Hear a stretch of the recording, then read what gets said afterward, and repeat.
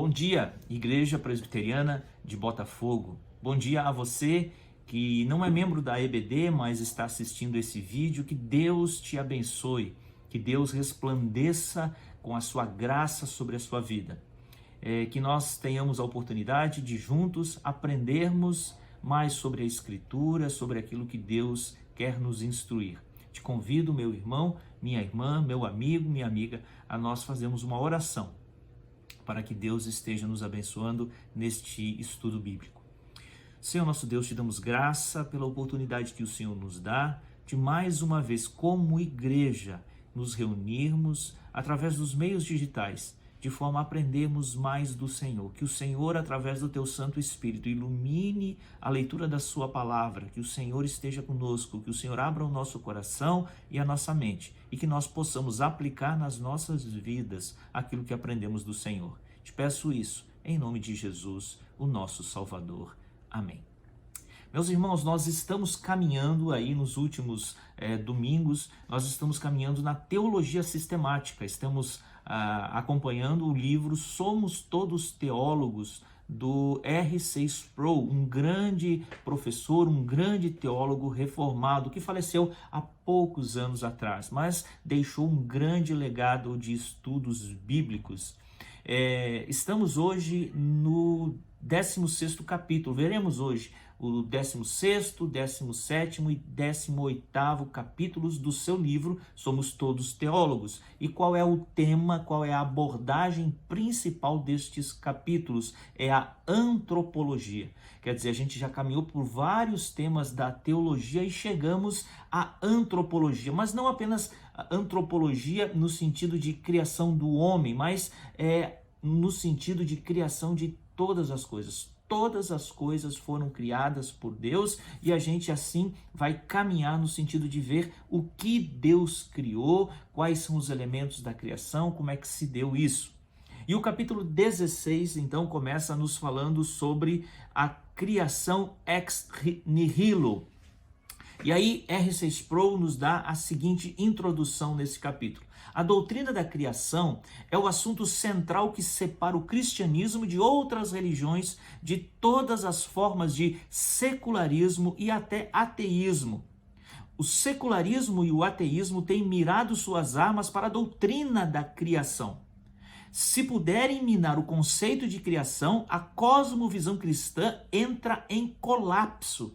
Fundamental à nossa fé é o conceito de que o mundo não surgiu por meio de um acidente cósmico, surgiu por meio da obra direta e sobrenatural de um Criador. E em Gênesis, capítulo 1, versículo 1, é o texto que dá base para todo o nosso estudo antropológico. E esse texto diz o seguinte: no princípio criou Deus os céus e a terra. No princípio criou Deus os céus e a terra.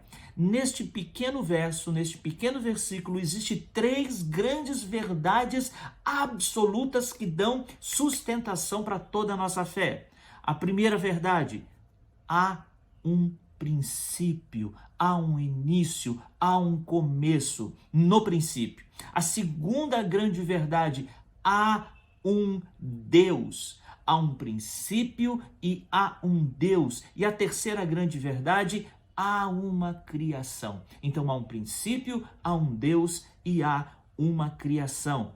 Se o primeiro ponto, que é o princípio de todas as coisas, há um princípio. Se esse primeiro ponto pode ser estabelecido com firmeza, com certeza no nosso coração, na nossa mente, os outros dois pontos seguem por necessidade lógica. Quer dizer, se nós estabelecemos como fé a certeza, firme convicção no primeiro ponto de que há um princípio, então os outros dois pontos, há um Deus e há uma criação, logicamente se seguirão. Então nós vamos trabalhar o primeiro ponto. Em sua maioria, aqueles que adotam o secularismo reconhecem que o universo teve um começo. Os defensores da teoria do Big Bang dizem que entre 15 e 18 bilhões de anos atrás o universo começou como resultado de uma explosão gigantesca. No entanto, se o universo explodiu para chegar à existência, do que ele explodiu? O universo explodiu a partir do que não existia? Essa é a grande pergunta quando nós vamos tratar sobre essa questão do Big Bang. Então, houve essa explosão do nada? Essa é uma ideia absurda. Então, começamos já rechaçando essa ideia de Big Bang. A maioria dos secularistas garante que o universo teve um começo. Quer dizer, eles não rejeitam essa ideia. Eles acreditam que houve sim um início, houve um começo, mas eles rejeitam a ideia de criação e a existência de um Deus transcendente, que é o Deus Criador. Nada surge do nada. E aqui a gente tem algumas opiniões. A primeira opinião é que o universo ele é autoexistente e eterno. Então, existe nessa questão da criação três grandes ideias. A primeira é que o universo ele é autoexistente e eterno. A segunda opção é de que o mundo material é autoexistente e é eterno. E como terceira opção é que o universo foi autocriado. O universo veio à existência repentina e dramaticamente por seu próprio poder. O conceito de autocriação é absurdo, é contraditório e irracional, pois o universo precisaria não ser o que é ao mesmo tempo para criar a si mesmo. Quer dizer, o universo precisaria não ser e ao mesmo tempo ser para poder então se autoconstruir. Existe assim uma falta de lógica nesse último argumento. Um dos principais aspectos do iluminismo lá no século XVII foi a ideia de que a hipótese de Deus não era necessária para explicar a presença do universo. Então lá no iluminismo começou essa ideia de desconstruir a possibilidade da crença em Deus como meio pelo qual o universo veio a existir.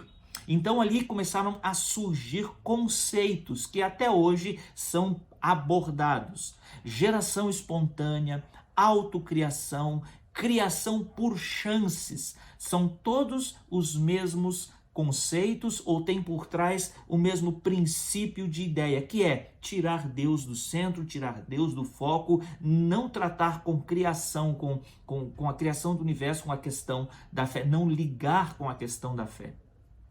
No entanto, do nada, nada vem.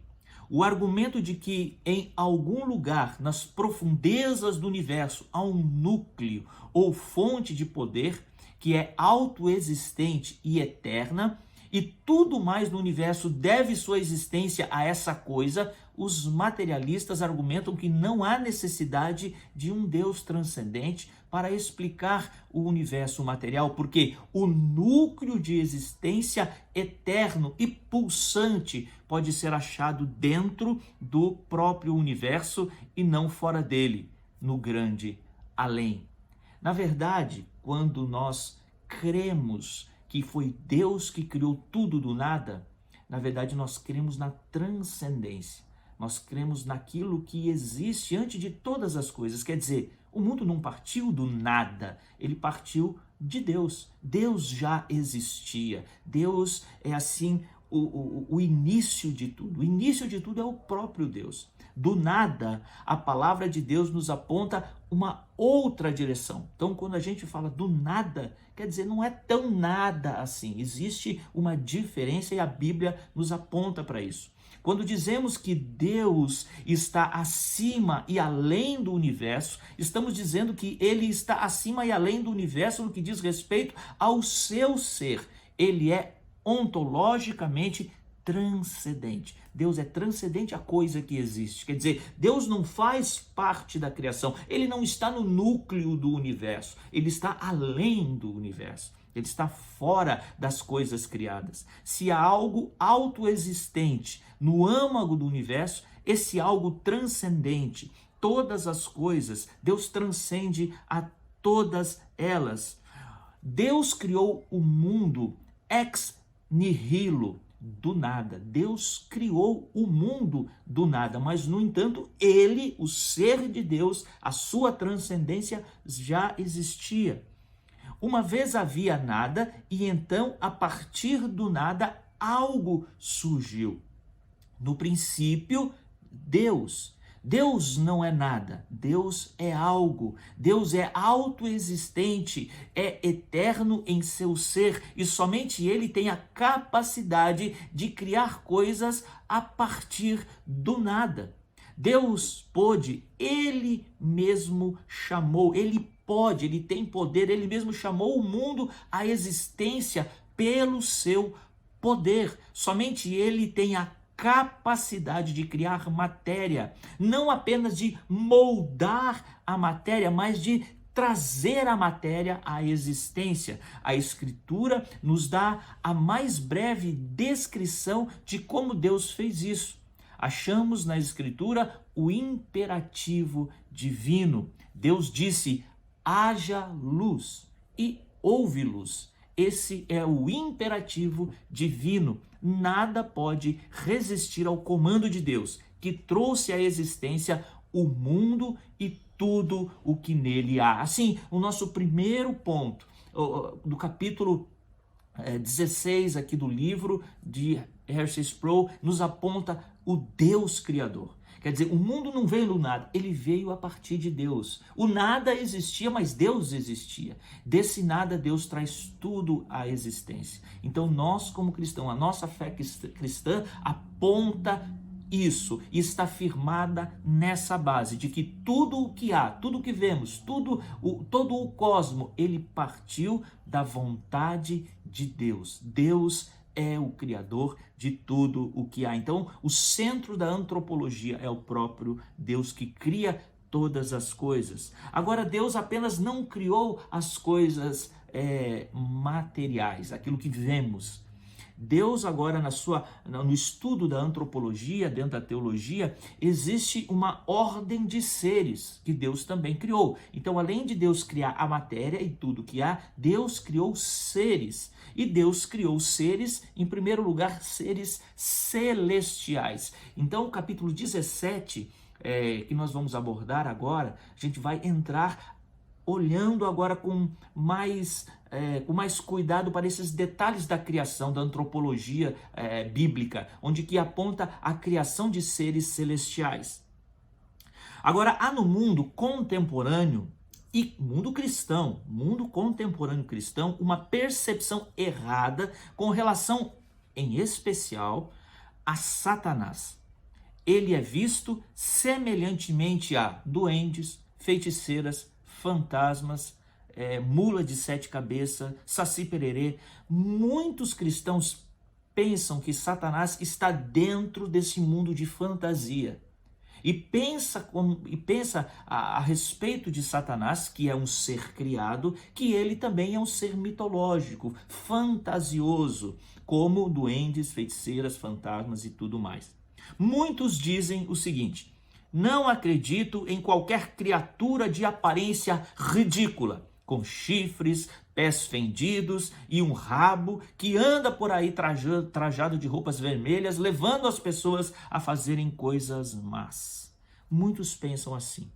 Mas qual a origem da imagem de Satanás que nós temos hoje? Da onde surgiu essa origem? Aonde que se iniciou isso? Por que nós hoje temos essa percepção, ou olhamos para Satanás com aquela figura nos quadros, nas pinturas, de chifre, com o rabo comprido, com o tridente na mão, aquele ser avermelhado? Da onde que surgiu essa imagem? Como que ela nasceu? Bom, esta imagem de Satanás se originou na Idade Média, quando a igreja era extremamente consciente da realidade do diabo. Naquele tempo, as pessoas eram bastante preocupadas em achar maneiras de resistir aos impulsos maus de Satanás. Então, os teólogos, eles ensinavam que Satanás havia sido um anjo bom antes de cair, e que, como o orgulho havia sido o pecado específico de Satanás, as pessoas poderiam resistir-lhe por zombar dele. Inventaram então retratos cômicos de Satanás para atacar o seu orgulho, para que ele se afastasse delas. Então, na Idade Média, se criou esse espantalho cômico dessa imagem que nos reflete até o dia de hoje sobre Satanás. Satanás, então, é esse retrato que hoje se tem, mas, na verdade, lá na Idade Média se pensou, né, em usar imagens para zombar de Satanás. Naqueles dias, ninguém, lá na Idade Média, ninguém acreditava realmente que Satanás carregava um garfo, tinha chifres e pés fendidos. Mas as gerações seguintes chegaram a crer que as pessoas da Idade Média haviam acreditado realmente em tal figura cômica. Se temos de ser bíblicos em nossa teologia, nós temos que encarar com seriedade o que as Escrituras diz sobre os anjos e sobre os demônios. Em primeiro lugar, a figura do diabo que se tem hoje não é uma figura bíblica, e sim uma invenção cômica. Mas isso não nos exime da realidade de olhar para a Bíblia e ver esse ser e tentar entender qual é a sua função neste mundo. Anjos e Cristo. A palavra grega, olha só que interessante, meus irmãos, a palavra grega que nós traduzimos por anjos é angelos. Ela aparece mais na Bíblia do que hamartia, que é pecado, e ágape, que significa amor. Então a palavra que traduzida quer dizer anjo, ela aparece no Novo Testamento muito mais do que pecado e amor. Então nós devemos dar muita importância a esse assunto, que é o assunto sobre os anjos. Na igreja primitiva, nasceu uma heresia que dizia que Jesus era um anjo. E por esse motivo houve grande interesse de esclarecimento sobre esse assunto para aquela igreja. Aquela igreja precisava combater assim a heresia. O autor de Hebreus diz que Deus ordena que até os anjos adorem a Cristo. Veja, se é para os anjos adorar a Cristo, logo Cristo não pode ser um anjo, tem que ser algo muito maior em termos de receber adoração. Lá em Hebreus capítulo 1, versículo 13 e 14, diz o seguinte: Ora, o qual dos anjos disse jamais: Assenta-te à minha direita, até que eu ponha os teus inimigos por estrados dos teus pés. Não são todos eles espíritos ministradores, enviados para serviço a favor de todos os que hão de herdar a salvação? Assim, Deus não apenas criou, né, o diabo, né, Satanás, mas Deus também criou anjos, né? E qual a função desses anjos, então, no mundo celestial? Primeiro, os anjos, precisamos ter essa percepção, essa concepção sobre estes seres. Eles são seres criados, não são como Deus, mas criaturas de Deus. Anjos são não como nós, seres materiais, mas eles são seres espirituais, mas são seres também criados. Então não há nos anjos divindade alguma. Apenas eles são seres também criados. Eles são espíritos, os seres como outro tipo de matéria, eles têm outro tipo de substância que não é igual à nossa, mas são seres também criados por Deus com um outro tipo de substância. Eles são ministradores diante de Deus. Então, o que nós devemos ter em mente quando nós pensamos sobre anjos? Primeiro, que eles são seres criados. Segundo, que a substância, a matéria deles é diferente da nossa. E em terceiro lugar, que eles são ministradores diante de Deus. As Escrituras apontam várias maneiras em que os anjos atuam como ministros. Primeiramente, anjos são criados especificamente para os propósitos de ministrar na presença de Deus. E aí nós temos um texto que é muito claro. Isaías 6, de 1 a 3, diz o seguinte: No ano da morte do rei Uzias, eu vi o Senhor, Isaías falando, assentado sobre um alto e sublime trono, e as abas das suas vestes enchiam o templo. Serafins estavam por cima dele, cada um tinha 6 asas, com 2 asas cobriam o rosto, com 2 cobriam os pés e com 2 voavam, e clamavam uns para os outros, dizendo: Santo, Santo, Santo é o Senhor dos exércitos, toda a terra está cheia da sua glória. Assim, estes anjos ministravam ali na presença de Deus. As hostes celestiais, quer dizer, os seres celestiais, incluem anjos e arcanjos. Isso quer nos dizer, isso quer nos indicar que existe uma certa hierarquia na ordem celestial. Os serafins ministram na presença imediata de Deus. Quer dizer, eles estão diante de Deus, estão na face de Deus. Quer dizer, existe uma classe de anjos que tem permissão, ou eles podem assistir diante da presença santíssima de Deus. A outra função dos anjos, eles são ministros, os anjos são ministros a servir e servem como mensageiros. Então eles são ministros que servem como mensageiros. Os anjos também ministraram a Jesus depois que ele suportou 40 dias de tentação por Satanás no deserto. Quando Jesus foi preso, Jesus também afirmou que tinha autoridade para convocar uma legião de anjos que viriam para servi-lo. Anjos podem ser vistos também. Olha só que interessante, o texto lá de 2 Reis 6,17. Eliseu, quando estava em Dotã, é um exemplo. Os anjos não eram visíveis, quer dizer, eles eram invisíveis. No entanto, Elias orou a favor do seu servo e pediu: Senhor, peço-te que lhe abra os olhos para que veja. E assim, Elias pediu para que o servo dele visse, né, aquela infantaria, né, de anjos que estavam ali para lutar por ele. Na ressurreição de Jesus, ela foi anunciada por anjos que foram vistos. Esses anjos foram vistos, olhos humanos viram esses anjos. A Bíblia também nos aponta que no retorno de Cristo, ele virá com seus anjos em glória. E no Antigo Testamento, anjos apareceram em várias vezes na forma de homens e foram reconhecidos imediatamente como visitantes procedentes do mundo angelical, como mensageiros de Deus. Então, anjos são criados por Deus para ministrarem diante de Deus, para servirem a Deus e para serem mensageiros, trazer aos homens as mensagens de Deus. No entanto, existe uma outra categoria de seres celestiais: Satanás e seus demônios.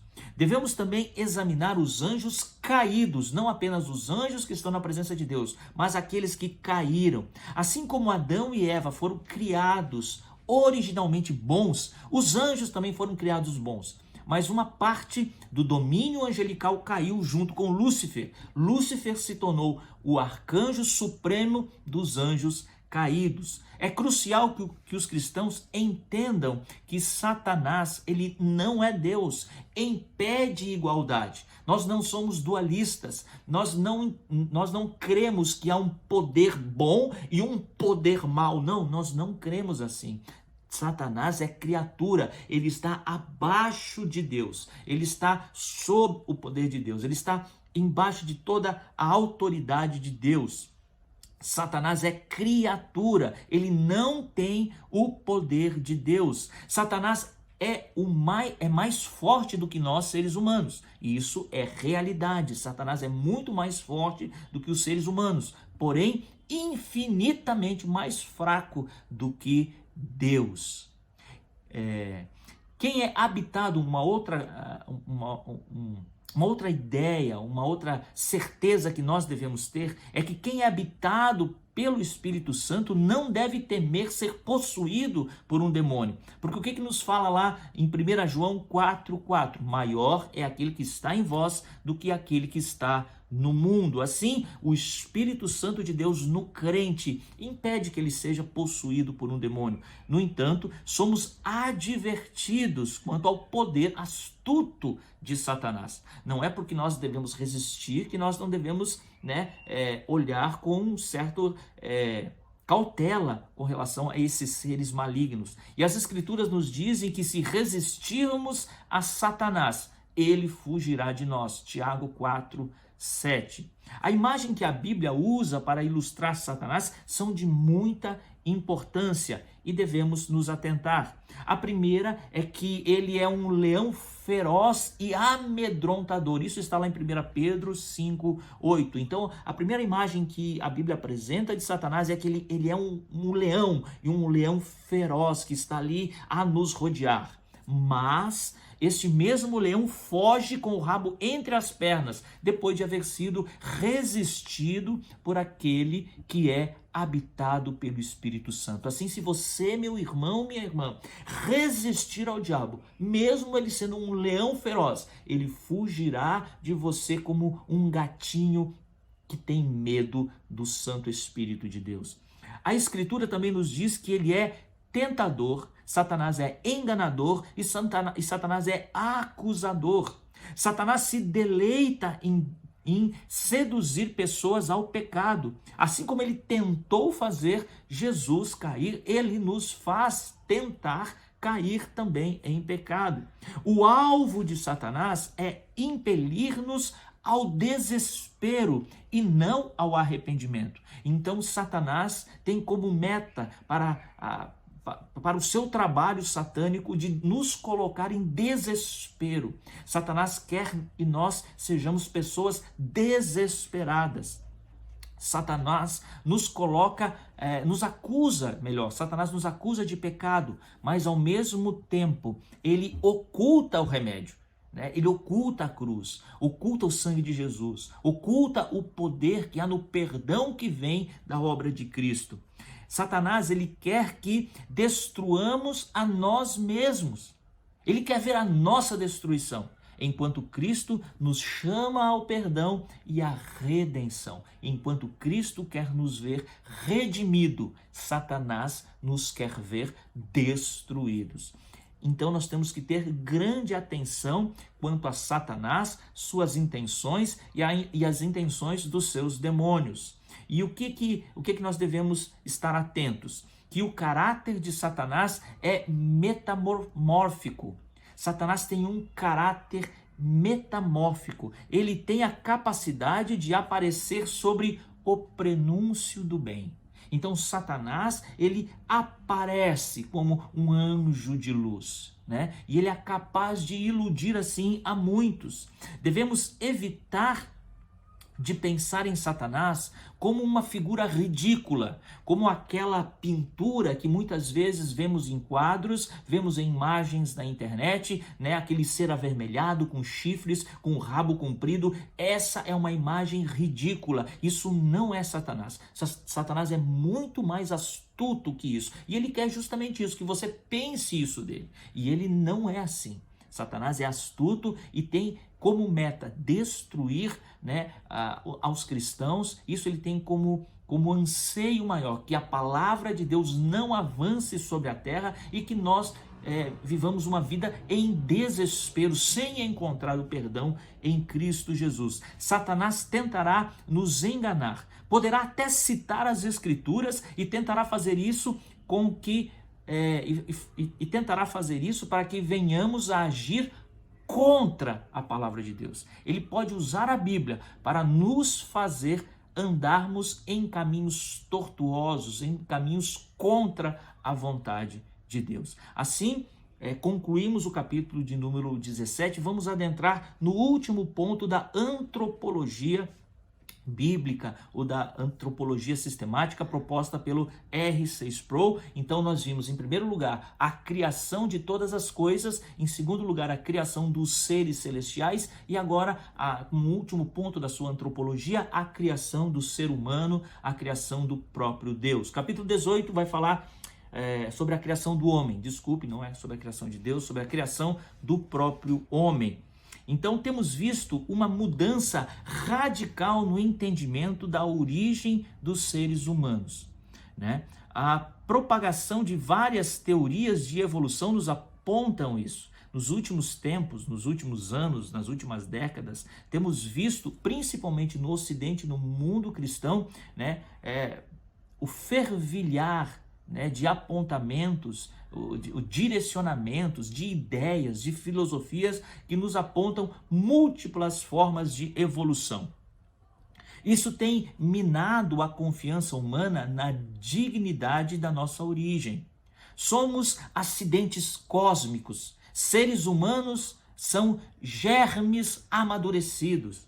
Têm sido abordados com esse tipo de visão pessimista sobre a natureza, a origem e a importância dos seres humanos. Então, no nosso mundo contemporâneo, essa tem sido a ideia, minar, contaminar a ideia de que temos dignidade como seres humanos.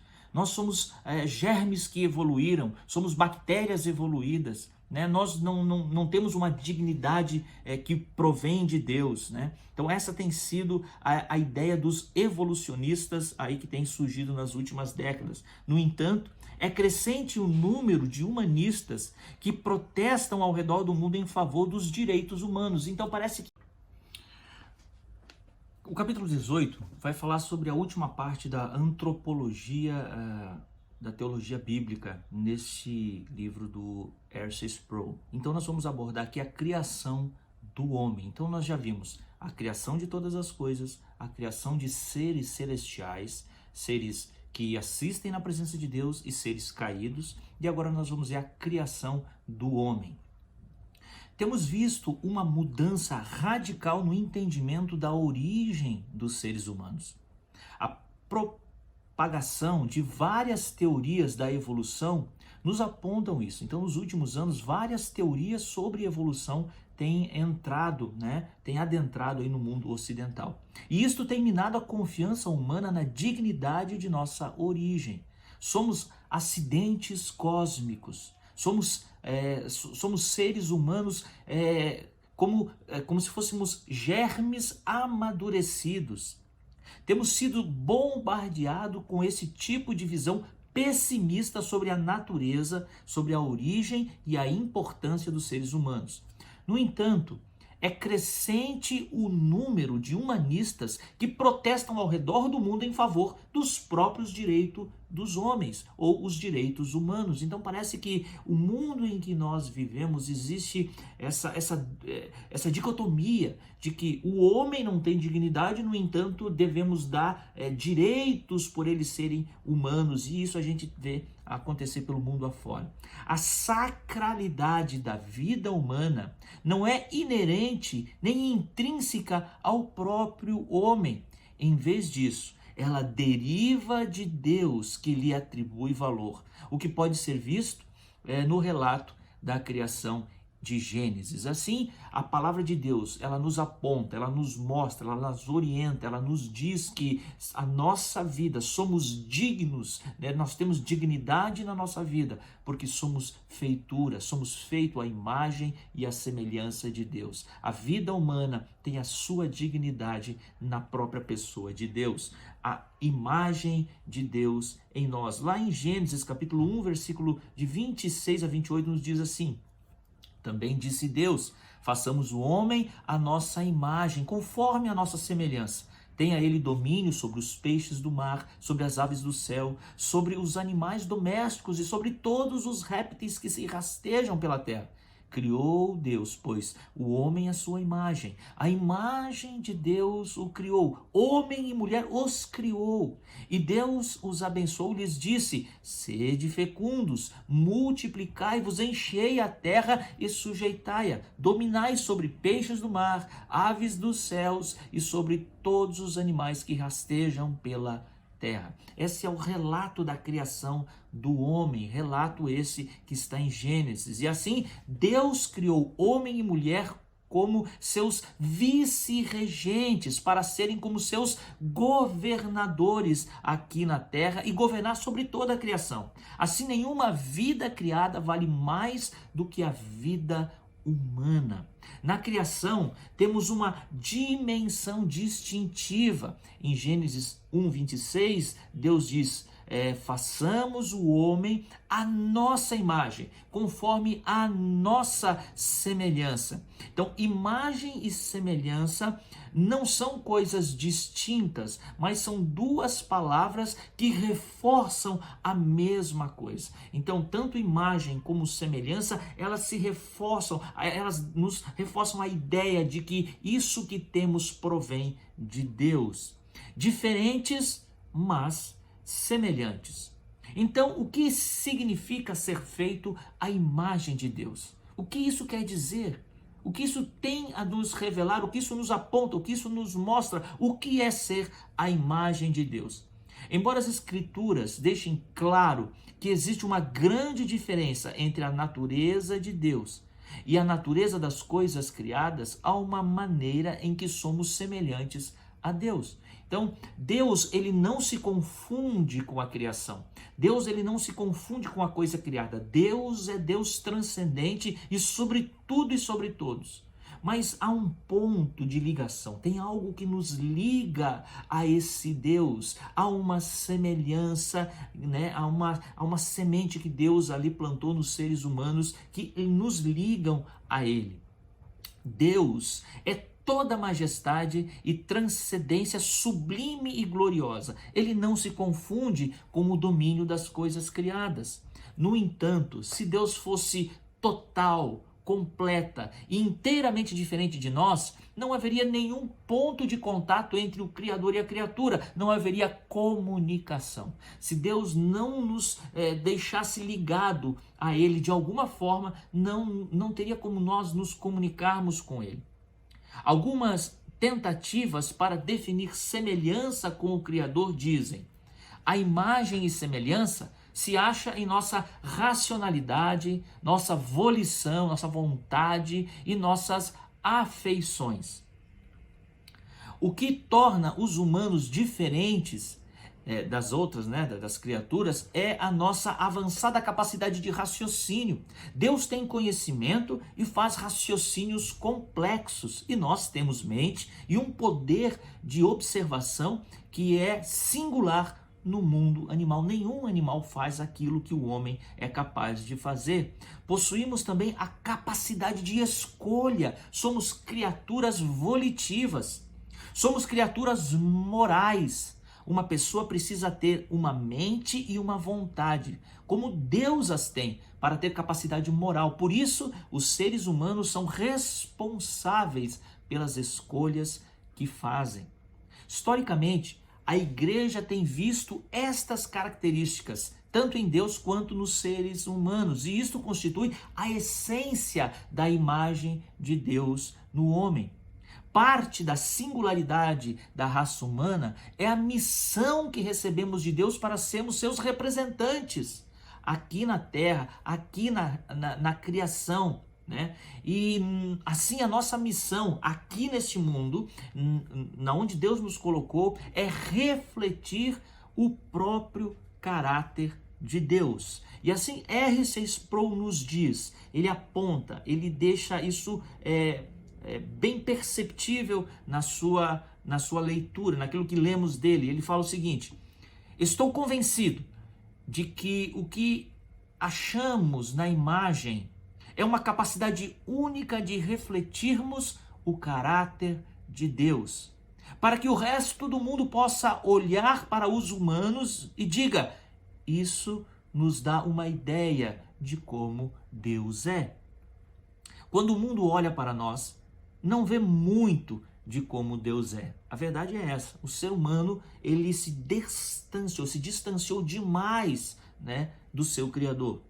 Mas insistimos em que, embora a imagem de Deus tenha sido danificada, ela não foi destruída. A imagem de Deus no homem foi tão danificada pela queda, pelo pecado, que persiste a questão: a imagem de Deus no homem foi apagada pela queda, de modo que não somos mais portadores dessa imagem? Quer dizer, é uma grande dúvida que persiste na cabeça de muitos. Será que o pecado apagou essa imagem? Esse mundo é tão caótico, os homens estão tão afastados de Deus. Será que a imagem de Deus ainda permanece em nós? Mas nós insistimos que nós ainda temos a imagem de Deus, né? Até seres humanos extremamente pecaminosos são criaturas feitas à imagem de Deus. E a sistemática conclui sobre a antropologia que nossa mente foi infectada pelo pecado, mas ainda temos mente e ainda podemos raciocinar. Raciocinamos falaciosamente, mas ainda temos a capacidade, temos uma vontade e temos a capacidade de fazer escolhas. De modo semelhante, temos afeições. Portanto, a imagem de Deus permanece nos seres humanos. Nós permanecemos sim com a imagem de Deus. No entanto, ela está borrada, ela está meio que apagada. No entanto, ela permanece em nós. Carecemos assim de Cristo. Carecemos do Senhor Jesus. Carecemos do nosso Salvador. Sua obra aplicada em nós pelo Espírito Santo de Deus, para que esta imagem seja restaurada, redimida para a glória eterna de Deus Pai. Que Deus abençoe a sua igreja, que Deus abençoe a nossa EBD, em nome de Jesus.